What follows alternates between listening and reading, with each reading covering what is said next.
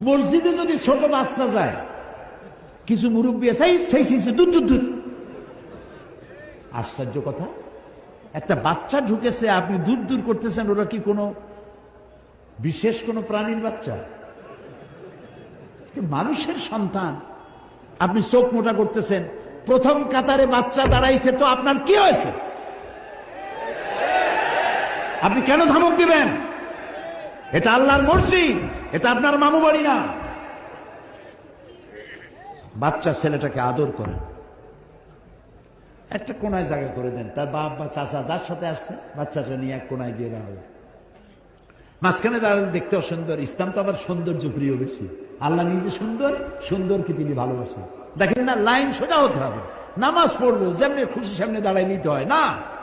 কাতার সোজা করা কি সুন্নত? নফল, ওয়াজিব।